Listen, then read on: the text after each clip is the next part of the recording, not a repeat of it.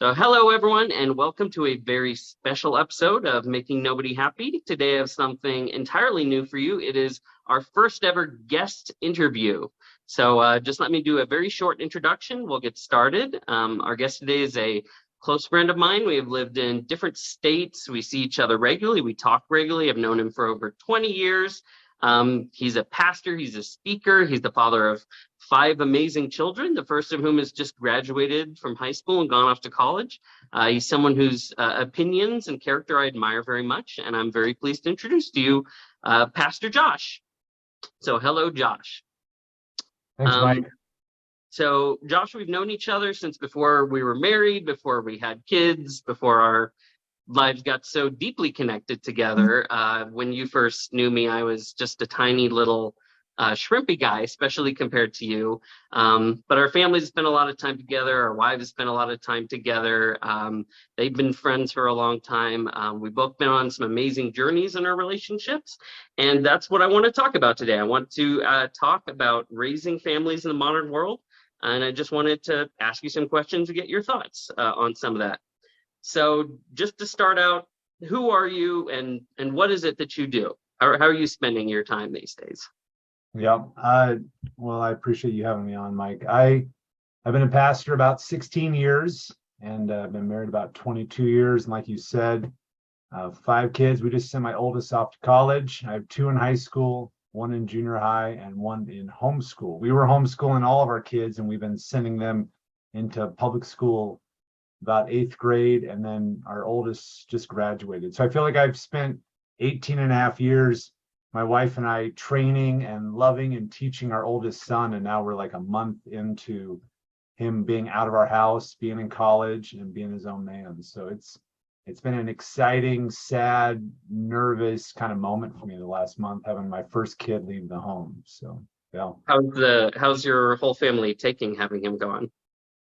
I think there's been some sadness. We had a men's meeting this last week, and last year I would take my four boys to it, and we got in the car and there was only three of us. And so there's kind of this sadness, and we discussed it actually driving home. I said, how are you guys all doing with this? And Aiden said, my son said, he felt like, he said, when I think about it at times, it can be very sad. And my other boys said they kind of think about it, don't think about it. And I, for myself and my boys and my family, just try to remind them that like there's all these exciting things in my son's future, and it's sad for us, but it's exciting for him. And I can't imagine, like, I think about you and I becoming friends and moving out of my parents' house and going to college. I go, there's so much good that came on the other side of that, but we're kind of like the ones back at the house going, hey, where's our buddy? We miss him.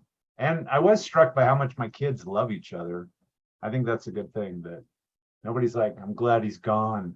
There's like, we like that guy. So I think he's going to come visit us here in a few weeks. We were able to see him a few weeks ago. So, yeah. Well, that's great. And that's so nice to hear that story about your family. So what would you say, now that you had some time, you're still in the middle of it, there's still a lot ahead of you. What are some of the biggest challenges that you're having just at this moment in time in this particular culture in America where you are raising five kids in this current culture?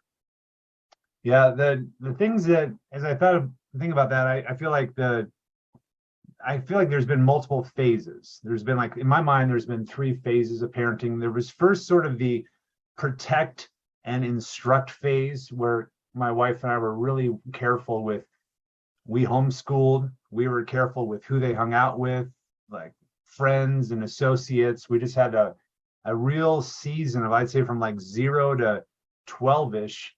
We are gonna kind of honestly kind of keep you home, keep with your siblings, teach you a bunch. And then every family's different. I have families in our church that use a variety of educational approaches. And the key thing in my mind is invested parents. But our approach has been, we want to have a season now where they're in public school, they're being exposed to all kinds of ideas. They come home and we download at the end of the day. We talk about, what'd you learn? What happened? Oh, you were told that. Let's discuss that. The kid said this. So there's kind of this phase now where I have three kids in that phase where there's active coaching of being out in the world, coming back home, and then obviously my oldest son being out in the world full time. And so kind of like a protect, instruct phase, and then like a really catch and release phase, and then a Now he's out of the house. And so as I think about our culture, I went to visit it, pick up my son after practice yesterday, and I was standing in the hallway, and the profanity, the kids just, I mean, I grew up in Colorado, and we did not walk up and down that hall just swearing constantly. So the profanity, the stuff kids are looking at on their phones, the ideas that now would have been called evil years ago are now accepted and tolerated, and you're evil if you don't accept those ideas. So I see dramatic differences. I feel like the cultural bar is so low with what we expect of teens in terms of hard work and respect and language and purity. So I want my kids in that world, but I want to like bring them home at the end of the day and download on what did that classmate say? What did your teacher say? And like discuss it, and there's a lot of active discussion, coaching, feedback happening on being in our culture and how, yeah, that's the first things that come to mind. It's interesting because that's something that I was talking to someone else about recently, and I was wondering, well, why is it so hard? I mean, apart from just the way that things change to maintain certain standards, and one thing that we sort of came to was, well, it's really hard to maintain any standard for your children that you yourself are not willing to have to live under. And Yeah. so if it's like, well, I want to watch these shows, I want to talk like this is how I want to live my life. I don't want to feel like anyone's going to impose those behavioral standards on me. Well, then it's impossible to expect your children to actually follow them. Right. You're totally right. I feel like, yeah, in terms of your time on your device, what you're watching for entertainment, how you communicate and treat people, kids see, oh, mom and dad are hypocrites, or this is real to them. And so, yeah, I think we need to have high standards personally, and then ask our kids to step in that. When they're younger, you're training them in that. And as they get older, you're trying to have them see the wisdom of, this is why we treat our boss that way. And this is why we speak to a teacher like that, because there's a Lord, there's a God, and he cares about what we do in these situations. So, yeah. So you've had kids, you did homeschool, but you've also done public school. You have done this hybridized approach, which, as you can tell, sort of reflects this philosophy that you have. And one of the things I appreciate about you is you do things intentionally and you have a philosophy behind what you're doing, because a lot of people just do what's easy or do what's simple or what everybody else is doing. But that's one of the things that I want to hear about was how the day-to-day structure of what you do is actually informed, that you have ideas and a plan, that you're taking an intentional approach to your family. And one of the things you mentioned was that balance and that transition. So how have you balanced protecting your kids versus exposing them to the world and just throwing them out into it? Yeah. The first that proverb comes to mind: the companion of fools suffers harm. And kind of way one person has phrased that is, you can choose your friends, but you cannot choose if your friends influence you. And so again, when they're younger, being very wise and careful with who do we allow my kids to hang out with day to day, sleepovers, parties, at church even. I think a lot of parents assume, oh, we're at church, everything is fine.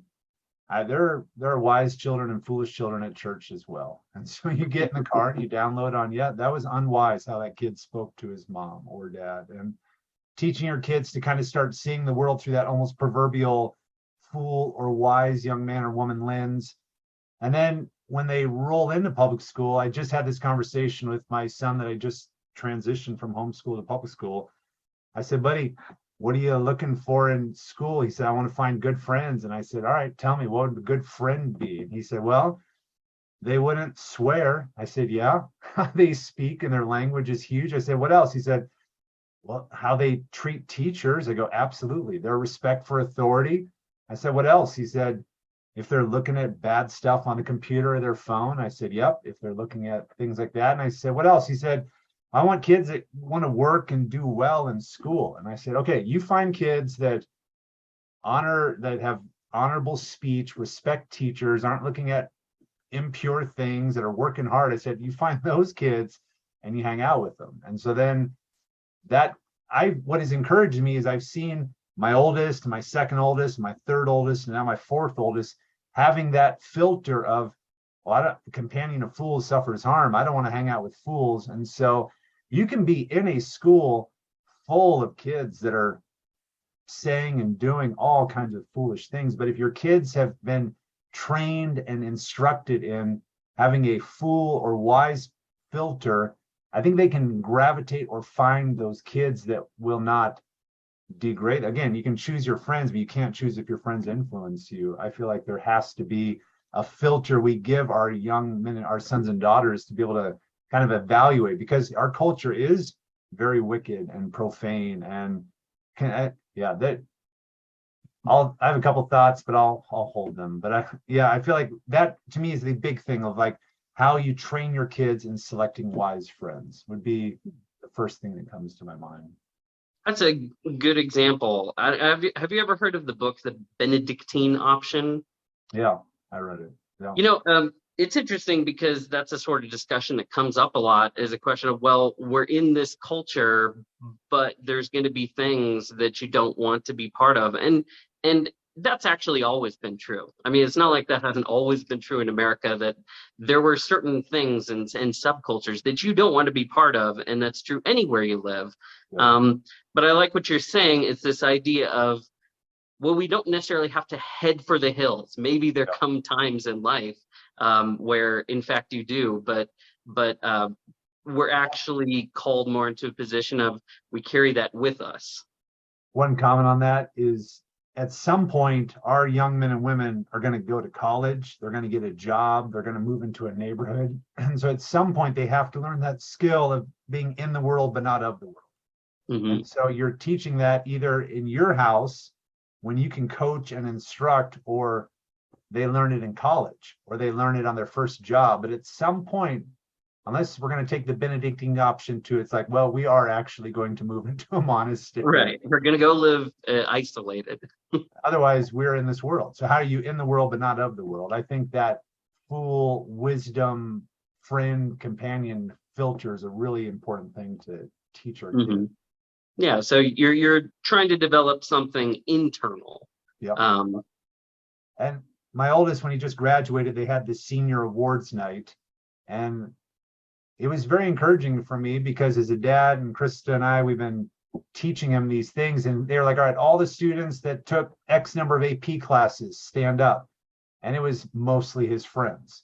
And then all the kids that had a 3.5 or higher, stand up. And it was mostly his friends. And it was like award after award. I told him afterward, I said, son, you've been very wise. You've chosen young men that work hard in school and clearly are going places in life. And those are the guys you found and locked into. And that probably translated success. Like he was a good influence on them and they were a good influence on him to keep your head on straight in a clown world. So, yeah. Yeah. Well, what would you say, are some of the biggest challenges for young kids, like either in your church or just the kids in your family? I think that the one challenge I see is that there is increasing, and again, you're right, it's reflecting our cult, it's reflecting just what's happened, like what is on our phone is a reflection of society and what we watch in our entertainment and shows, but all of that is being driven younger and younger in our culture. And so one time I had my boys and I were playing at a park by our house, we're playing soccer or something, and I said, all right, I'm gonna go back and talk to mom. And they said, could we stay here? And I said, you bet. And so I left. And then they came back for dinner and they seemed a little awkward. And I said, what's going on, guys? And they said, well, after you left, one of the boys that was there, he said to the guys, he's like, basically, do you want to see porn on my phone? He didn't use those exact words, but he was like, do you want to see porn on my phone? And my boys were like, oh no, this is that thing that dad has told us about. Like, we should be looking at pure things and things that honor the Lord. And this random neighbor kid that we were playing soccer with has pulled out his phone and wants to. So that was when they were like 8 or 9 or 10. And so you take your kids to the park a block from your house, you play soccer, you walk home to talk to your wife, and 9-year-old boy has pulled out his phone and wants to show your son's porn. So I think that cultural garbage slime we're swimming in is just, it's everywhere. And so I think that is kind of it's the whole classic boiling frog thing. We're just swimming in this world, and we things that we should be ashamed of, embarrassed of, we have no shame. And so it's just our world. And so how do I help my kids with that? And then I think that I have noticed that with some people I know, they give their kids too much freedom. And so they go, here's a phone. Go sleep over at your friend's house. Go hang out with this friend after school. There's not this like parental vigilance of like, who are you hanging out with? What's their name? No, why don't you bring your friend over to our house? And so we tend to be a little more careful with our kids in terms of, even as they've gotten older in high school, we're not giving them just total freedom. I think most families would be surprised with we have a couple of church meetings a week. We have a youth group.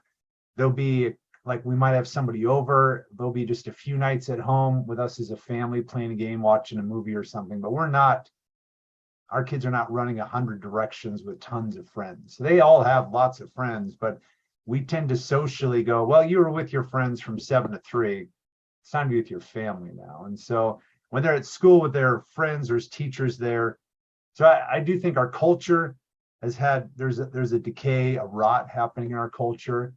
And I am not naive that it's all around my kids. And so the parts that I can handle, control, or manage are who they're with. And then decisions we made about they're not on social media. We have chosen, every family's different again, but we have chosen not to give our kids cell phones. We just gave our oldest son a phone when he was 17, because I felt like I wanted to spend that last year with him, kind of even discipling him or teaching him in wise phone usage. Because he'd like bring it to the dinner table and be on it. I was like, oh, you don't have phones at the table, my friend. Go put it in your room. And so discipling him in that. But my kids they're anomalies. I think they would say, if they were here, they would say, oh, 98% of our friends have phones, which has been very convenient for me, because if they ever need to communicate with me, they just grab their friend's phone. Everyone has a phone. And they text me, and it'll be, I get some random number, be like, Dad, this is Aiden. Can you pick me up at 4? So, the communication piece is easily remedied, and it doesn't, I feel like there's parents just go, great, here's the phone, here's their device. I once was sitting by some people, and they had talked to me about challenges with their child, and their child was sitting there on, I don't know, TikTok or Instagram, just constantly looking at garbage, just sitting by mom and dad. And I thought, well, on one hand, you tell me your child challenges you. On the other hand, you give them open access to the full pipeline. You can control those things. So yeah, I feel there are incredible challenges, but I think I want to say one more thing. If we give our kids a mindset of, I'm here to influence people, I'm here to be a good example, I'm here to be light, I'm here to like bring even the aroma of Christ to this school. I think if we can get them into that headspace, they're not just a consumer being influenced by everybody. They're walking in there like, oh, these people, they don't know the Lord, and who can I pray for, and who can I love, and who can I plant a spiritual seed? And I feel like God's helped us kind of equip our kids with that mindset. And so they get into conversations with classmates all the time about truth and the Bible and culture and hot button issues, because we've just, they're thinking beyond just themselves and their own life, I guess. It's interesting. One thing that I've been able to reflect on more recently is that keeping parents invested, keeping time with your kids. You've obviously spend a lot of time, even though you're really busy and do so many things, you actually spend a lot of time with your kids and engaging with them and talking about what's going on in their lives. And you're fully involved with them as people, and as people who, you're their parent, and you're their friend and companion. And it's interesting because I don't know if it was intentional. It's hard to know. I should ask him sometime. Like even with my own dad in high school, my dad didn't really have to keep an eye on me because he's such a fun, playful guy who always liked doing stuff with us and with our friends, that half the things that I did, my dad was with us, actually. Yeah. He would drive us to stuff. He'd take us to Dairy Queen. He'd take us to the rec center and play games with us and really have fun with us and engage with us and play cards with us at night. And I remember I didn't realize that was unusual until one of my friends said, "You hang out with your parents a lot." And he's like, we get together and like your dad hangs out with us. And he's Yeah. like, that's weird. And he said, but you know what? I kind of like it. Yeah. And that was one of the surprising things was he didn't think it was uncool. He actually thought it was neat. He thought it was something special. Yeah. And I hadn't really thought about it before. But then later on, I was like, oh yeah, I never felt like I had to hide anything I was doing from my parents. And my parents gave me a lot of freedom because our lives were very intertwined. Yeah. And it sounds like you can have that kind of trust with your children, partly because your children's lives are fully integrated with your life. Yep. Yep. I totally would affirm that. My wife is really good at each day when the kid gets home, she will discuss how was your day. So there's a real download there. And then at dinner, usually I say, hey, what was the highlight of your day? And then I've been showing them YouTube videos and we'll read articles and discuss. I've been reading them from a different book at dinner week to week. And then, like you said, games and movies and having fun. Like, yeah, mom and dad are part of my life. We talk about my day. They instruct me. Like it's an integrated perspective on parenting that I think it's easy for us, again, to be isolated. I mean, you walk into the classic American home, there's a TV or a device in every room. Everybody's in their own room. What is that show, Wall-E? It's like we're all just staring at our screen. Yeah, they all got their own screens. And that's just our world. So to break out of that, hey, no devices at the table. Hey, let's discuss our day together. Hey, let's talk about this news event. We have discussed so many culture, movies, politics, current events over the last number of years. For me, it was almost as I wanted my kids out in that world, our world, and they come home and they're like, oh, my teacher said blah, blah, blah about the Supreme Court. I'm like, well, let's discuss that. And so it's forced me to read and study and watch stuff. And even my son that I just sent to public school, he heard something on a topic, came home, just spouted the party line. And I was like, oh, we're going to push into that one. So I like brought up a video, we watched it, discussed the pros and cons. But it was like a real engaged perspective. So I love my wife that she downloads on the day with the kid. And then I try to have a little more, some download, but more instructive. And then there's Krista will give me intel and be like, yeah, our son just told me about this thing. I'm like, oh, he and I should have a talk about that thing. And so there's like a feedback loop happening there where they're talking to mom and I, and we're coaching them. And yeah, you got to be engaged like your dad was. Well, and one of the things I appreciate too is that you seem to take your children very serious as humans, as intellectual, and as like people who can really learn things and understand things, have opinions, discuss things, who can engage with topics. Because that's something that I've noticed, and even just saying, hey, here's this thing, and you said something about it. Let's talk to some other people about that. Let's learn something about it. And I remember even when there was a subject that came up and had to do with their work, and you mentioned it to me, and I offered opinions on that too.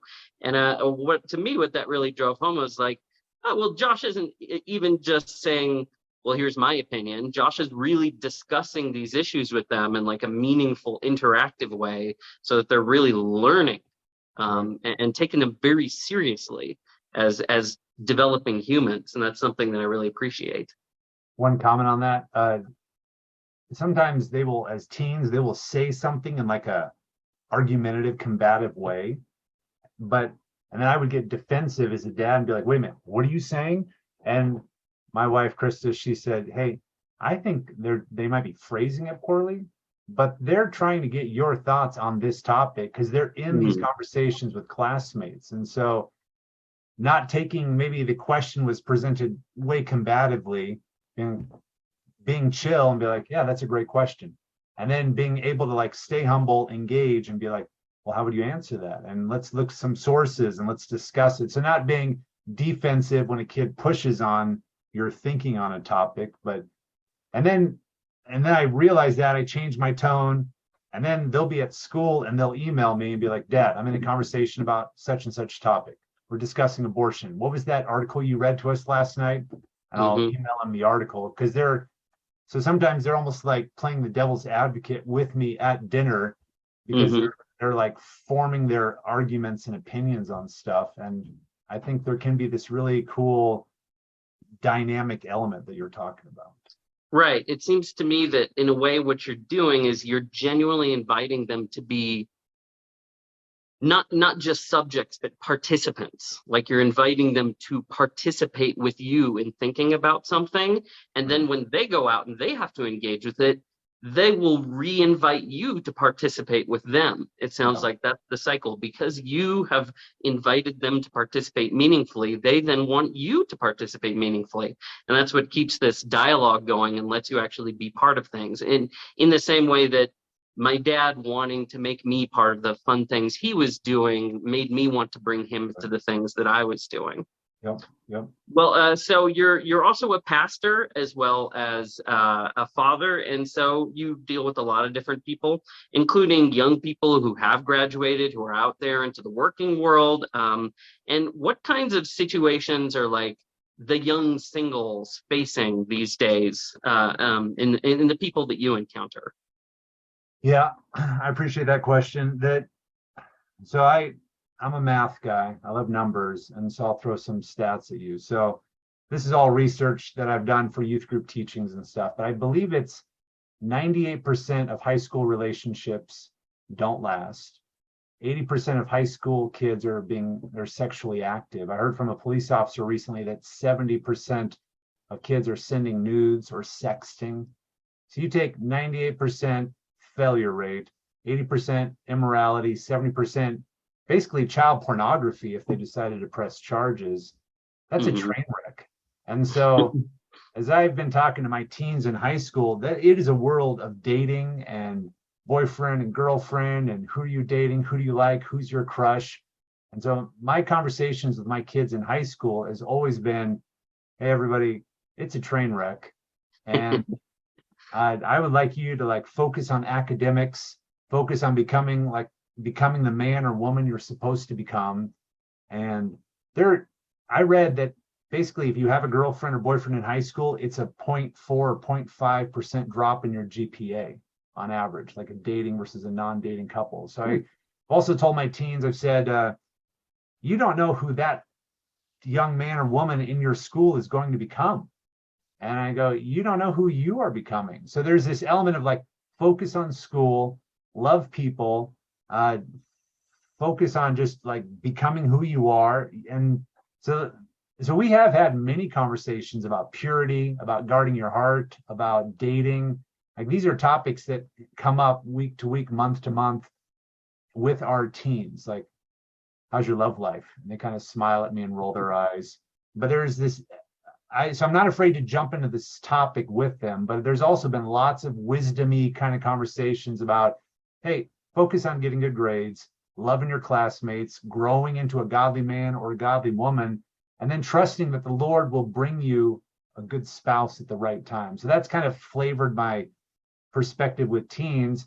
And then as they transition out of the house, it's more conversations with my older boys. It's been topics about like, as you prepare for that moment, how are you thinking about how you could provide for a family and how can you protect your future wife's purity and how do you find a woman who's a woman of character? Because I've told my boys, I've said you could have a girlfriend tomorrow. Like you could find some girl at school that you know likes you and you could be dating tomorrow, but you're not looking for a girlfriend. You're looking for a godly wife. And a godly wife, you want to become a godly man because godly men only attract godly women.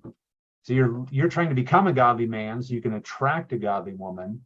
And then you want to let her grow up and mature because you marry a mess, it will go poorly. I get to deal with a lot of hard situations at times and people there we all want to be loved.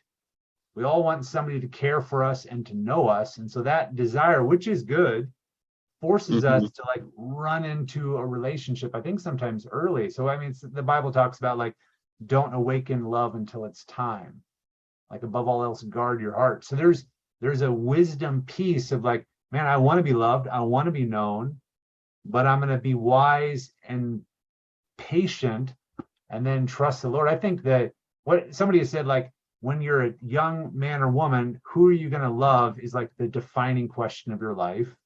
And then when you move into your career phase, material and money and stuff can become kind of the defining question. And then as you get older, questions of security and protection. And though, I mean, it's like you kind of move from like love to stuff to security is like maybe a life arc. And so for young men and women, trusting the Lord, guarding your heart, becoming a godly person, walking in purity.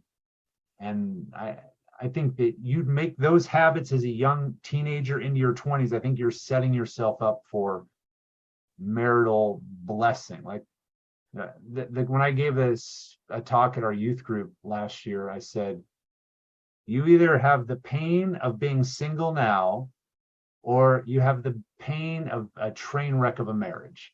I said, those are the pains you pick.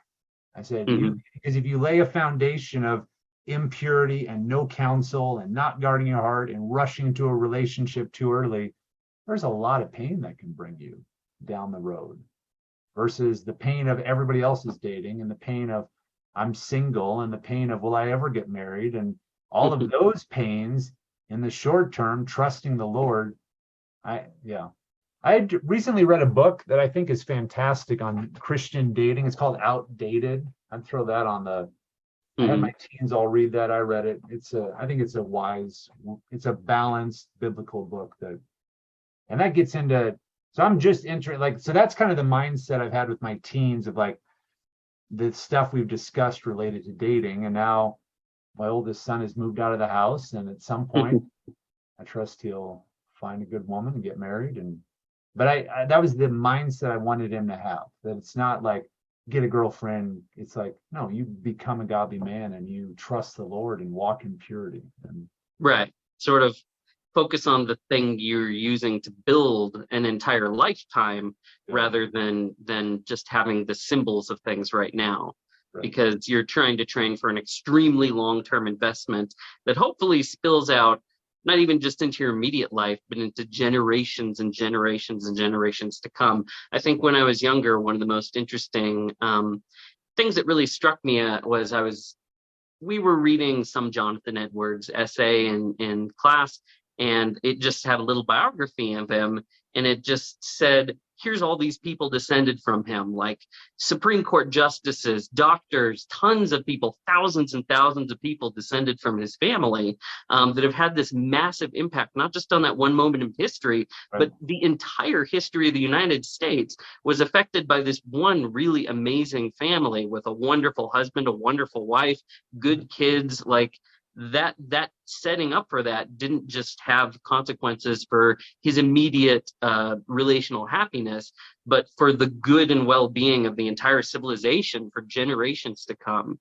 But it was so strange for me to just read that and be like, wow, stuff really echoes into the future, doesn't it? Especially family things. Yeah. Yeah, that's which places some extra weight and stress on those things sometimes, but luckily to some degree we don't have to view the whole tapestry of history all at once. Right. My parents, they became Christians in the 70s, and they raised us in Christian homes.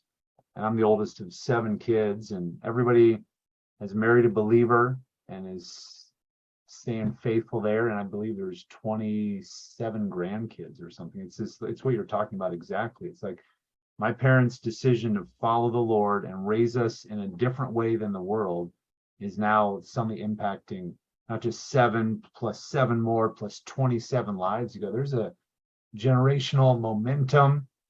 And I've had the blessing of receiving that. I mean, every family is different, but I have my parents and my wife's parents, they're encouraging my kids in following the Lord and being people of the book. And it's I get to kind of live in that world where there's this like generational momentum, which is really good.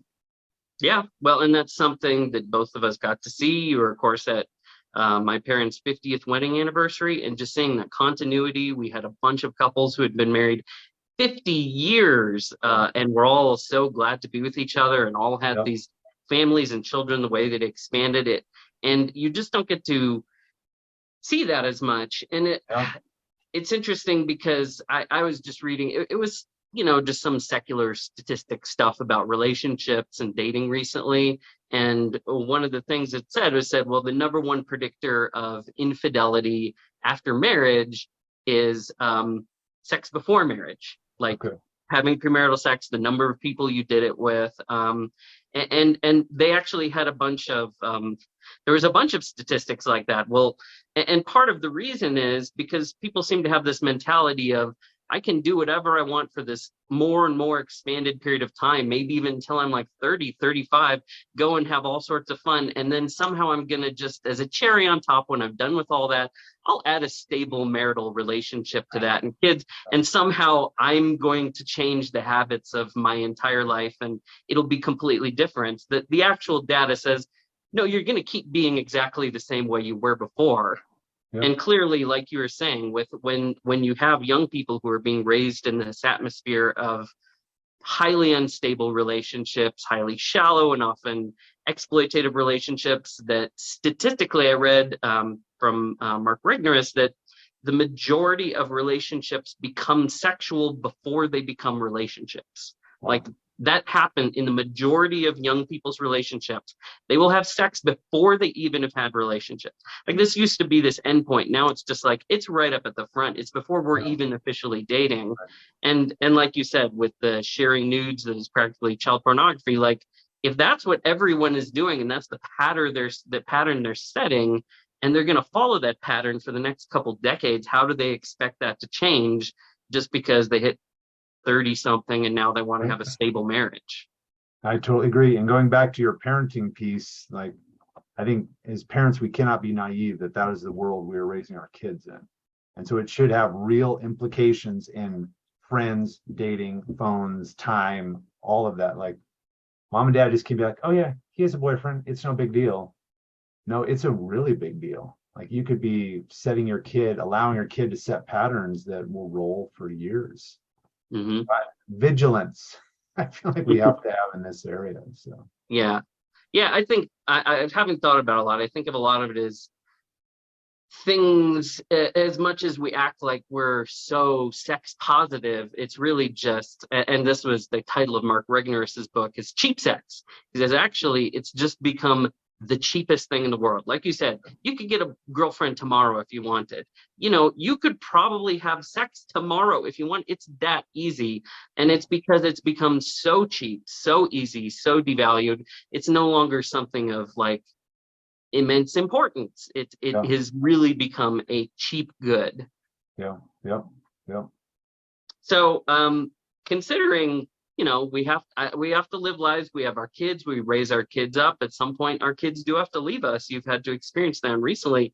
How do you, in your own life, sort of manage your own fears and hopes that you have for your kids because we look to the future. And one thing that I really found, it's funny because I had my moment of sort of profound existential realization. Everyone knows they're mortal, but for me, I was sitting alone in a movie theater watching Rogue One, and it had come out a while before and I hadn't seen it, and I was like, oh, I'll go see it. And I went and saw it on my own during the day, and for some reason I was watching that and I saw the bit where the dad dies, and I'm not saying it's like this spectacular character moment, and then his daughter just has to leave him, and for some reason in the middle of that movie sitting there alone, I was just like, oh, someday my girls are going to have to do that.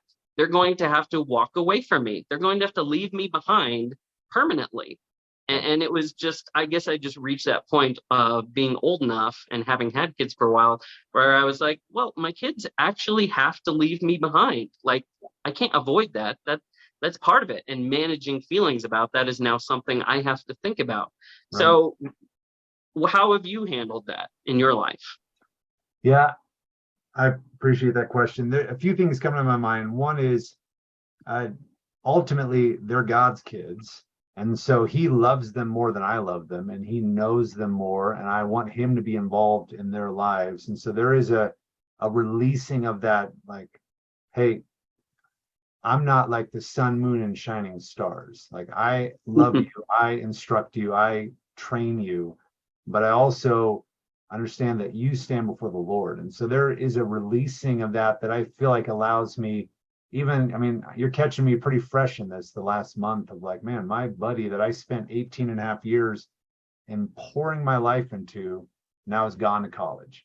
And it's everything I hoped and dreamed, that he would like become a man and move out and get scholarships and go to college. But Wow. And so for me, the if like I feel like you build all it's building this foundation and then the rocket's sort of launching.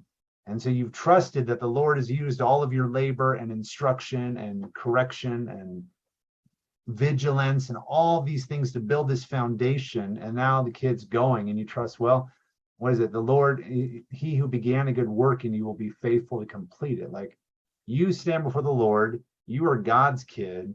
I've prepared you for this moment, and now I'm kind of handing you over to the Lord. I wrote in my son's graduation card or his going away card, I wrote, like, I'm handing you over to Jesus. I was like, I'm always going to be your friend. I'm always available to talk about stuff. But I'm like, I'm handing you off. And we're still going to see him. We talk every week. I want to be in his life as long as I can. But I there's like a mental, like, I'm handing you off. And so how do I handle those fears? That's kind of where I'm landing right now. Like, I'm handing you to the Lord. Obviously, prayer. Who of you by worrying can add a single hour? Who of you by worrying can have your kid do what's right in the future? So you go, Lord, as I pray for my kids, I pray for their future, their career. I pray for their future spouse.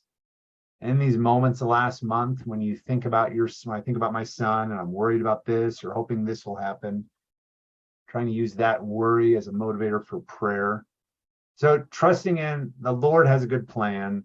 I've spent 18 and a half years preparing him for this moment. Trust that the Lord was in all of that prayer. That's how I'm processing that. I don't know what the future holds with my lifespan and his lifespan and all of that. So that's where I tend to kind of process it. Like, Lord is in control. I did what I could do, and I'm praying and seeing what happens. And so that's kind of how I'm like operating day to day. But kind of on a humorous note, we live in a different world. When I went off to college, my parents had no idea where I was day to day. Now, Find My Friends, I can be like, I wonder where my son is. And so I'll pop on my phone and, oh, look, he's sitting in some building or he's at some person's house. But my parents, I mean, it's a different world now. So there's this. Oh, yeah. You can shoot a text, you can make a call, you can FaceTime. There's this connection there, but he is out of our world. And so there's a trusting the Lord has a good plan here. And that's the faith piece for me as a parent right now, going all of this blood, sweat, and tears. And now I release you to Jesus and we trust it's going the right way. So I like that. It's sort of a stewardship model, which I feel like that's an idea that my dad always talked to us a lot about, was stewardship, of seeing yourself as someone who's been given a task and given ownership of something. But it's not like you created the thing. It's not like you're meant to take ownership of it, but ultimately it's not yours.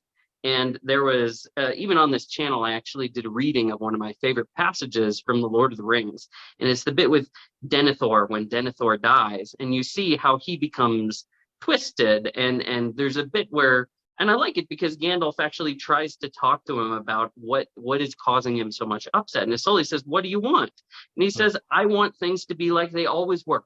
I want them to be like all the days of my life. I want to keep my kids with me. I want my kids to just be exactly like me. I don't want to have things change. I don't want to let things go. I'm not going to lay down for this other king. And I like that Gandalf just says to him, it seems to me that a steward who faithfully surrenders his charge is not lessened in honor or in love. And I think that that's a quote that for me applies to what you're talking about. Like, you're surrendering your son to this greater king than yourself, that you've been the steward, but that doesn't mean you have any less love or any less honor. You are not made any smaller just because you have actually accomplished the task that you were set. And you get to continue honoring it, and receiving honor through it. And so it's also nice because you do start getting those benefits coming back, where long term, someday you need your kids to help you and counsel you and take care of you. But if you don't create a kid that can go out and do that, they're never going to have the strength to come back to you and help you. Right. Yeah, I totally agree. That's a great line. I should read. So I don't want to keep you too much longer. There's two more questions I really want to ask. One is, like, what are you mentioned one of them, but what are some of your favorite books right now? Who are some of your favorite speakers or thinking? Like, what are you listening to right now? What are you really enjoying? What has really been helpful for you or for your kids?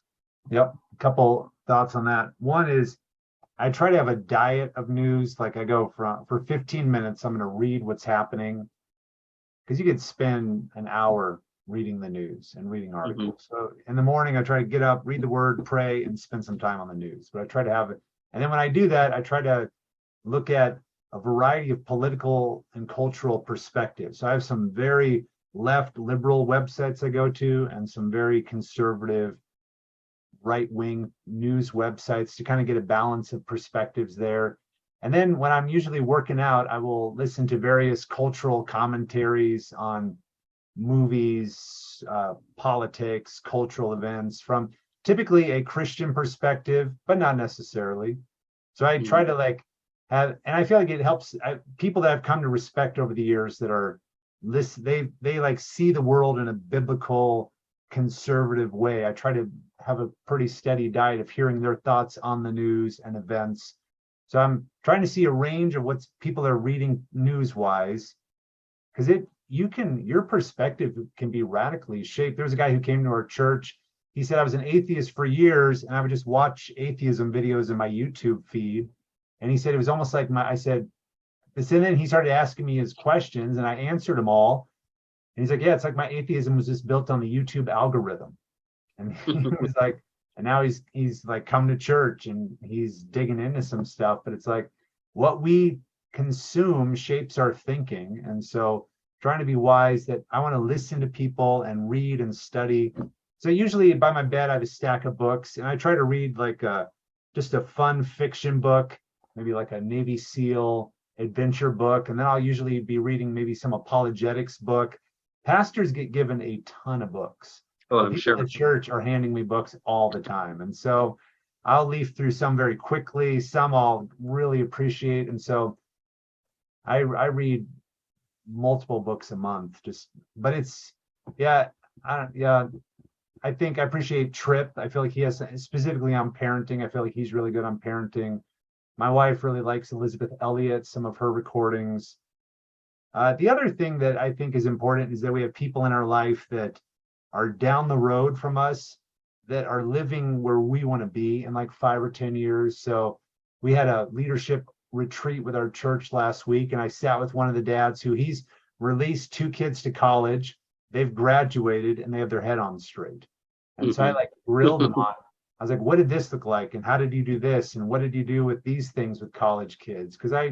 So it's like a combination of news, culture, books, YouTube. I'm not a big podcast. Essentially, I'm podcasting through YouTube, but I'm Hmm. listening to people speak on YouTube on a variety of issues and then reading books, talking to some people. But those are kind of the things that are shaping my thinking and my perspective right now. Hmm.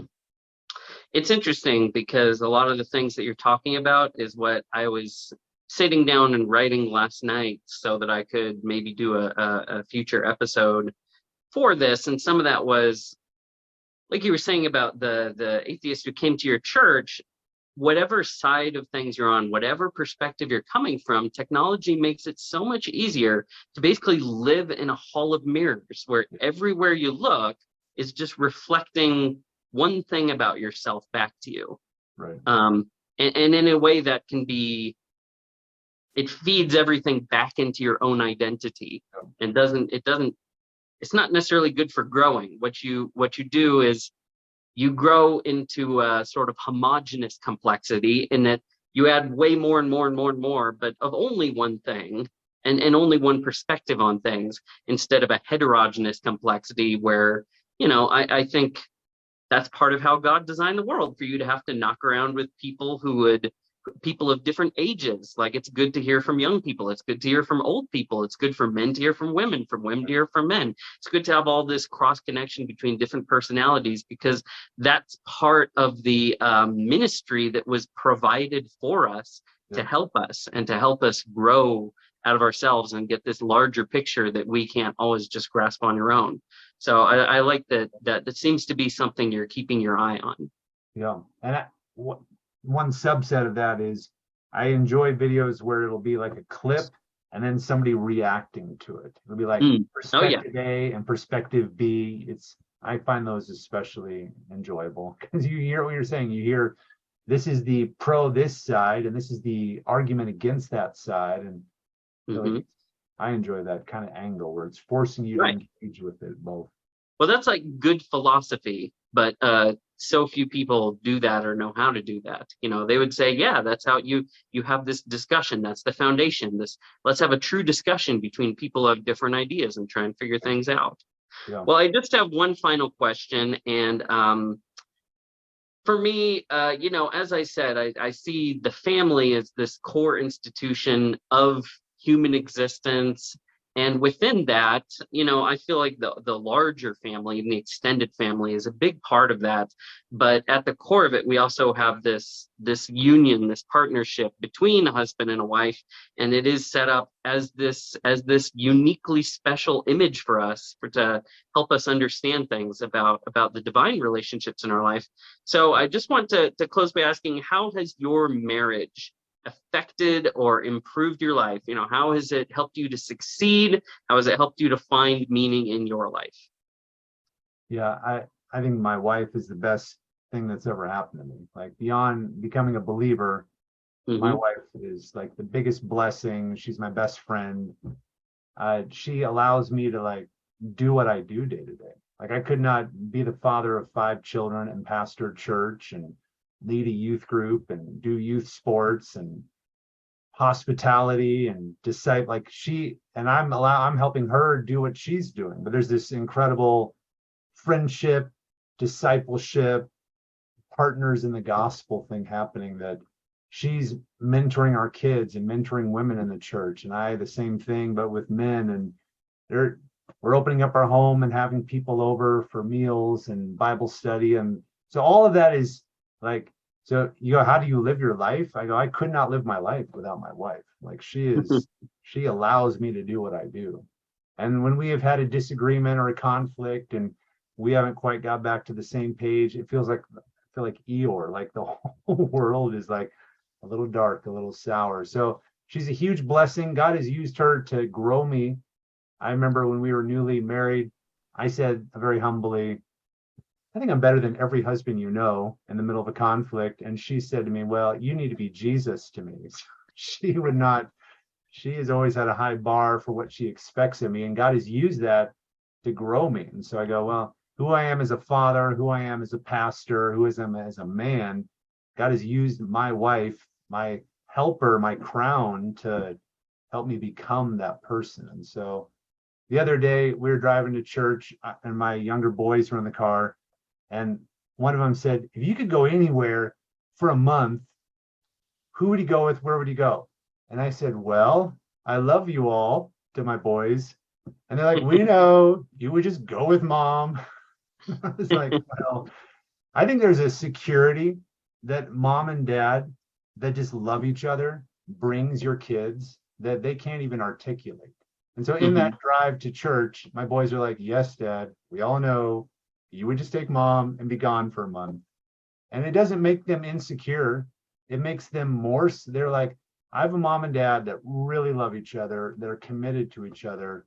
And it gives my kids so much stability just in their psyche that they can like live life because they know there's a strong foundation at the top or whatever with mom and dad, where they're like, those two are solid, and it kind of flows from there. So I couldn't live my life without my wife. She's the biggest blessing. And I think that is what is driving both my ministry and what is happening in my family, which is amazing to see what God's doing with our kids. I go, my wife is like, she is the secret sauce making a lot of that happen. So yeah.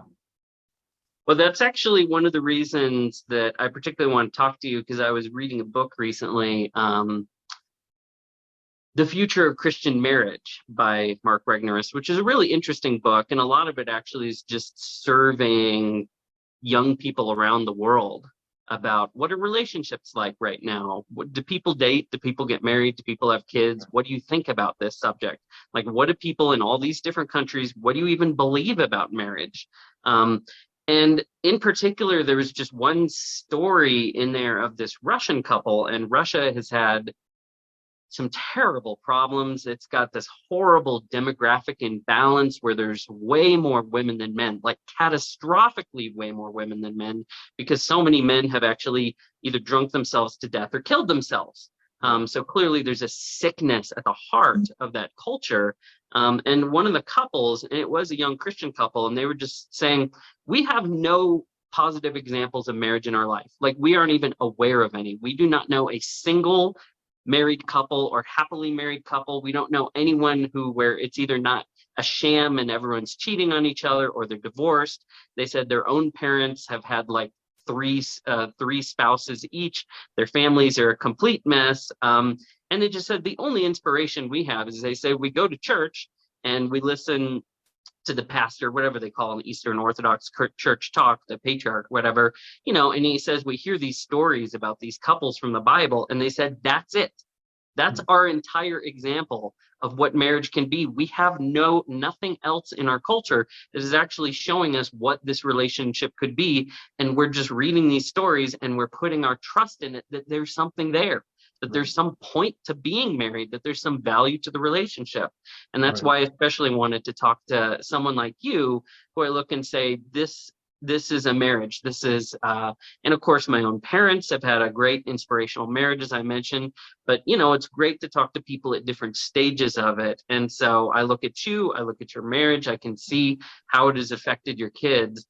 So for me, I just think, we do it in the churches, but in the wider world, it's getting harder and harder to hear any story that really actually tells you something about marriage to make you love it, to make you want it, to make you appreciate it and treat it like it's something precious, rather than maybe just some like extra bauble to pick up in 20 years if you've got time. Same thing with kids. Maybe 20 years from now, when I've fulfilled my whole life, I'll pick up a spouse. Maybe I'll pick up some kids. We'll see, Yeah. And that's really good. Yeah. Well, thank you so much for taking the time to talk to me today, Josh. I really appreciated it. I really liked hearing everything you say. So before we go, is there anything else you want to add? Any final thoughts at all? Any final nuggets of wisdom that you randomly want to drop on us? I think I've said my piece. It was great to talk with you. I appreciated this a lot, Mike. So yeah. Well, thank you so much, and thank you for talking to me. And I'll see you sometime soon. Okay, sounds good. All right. Bye-bye.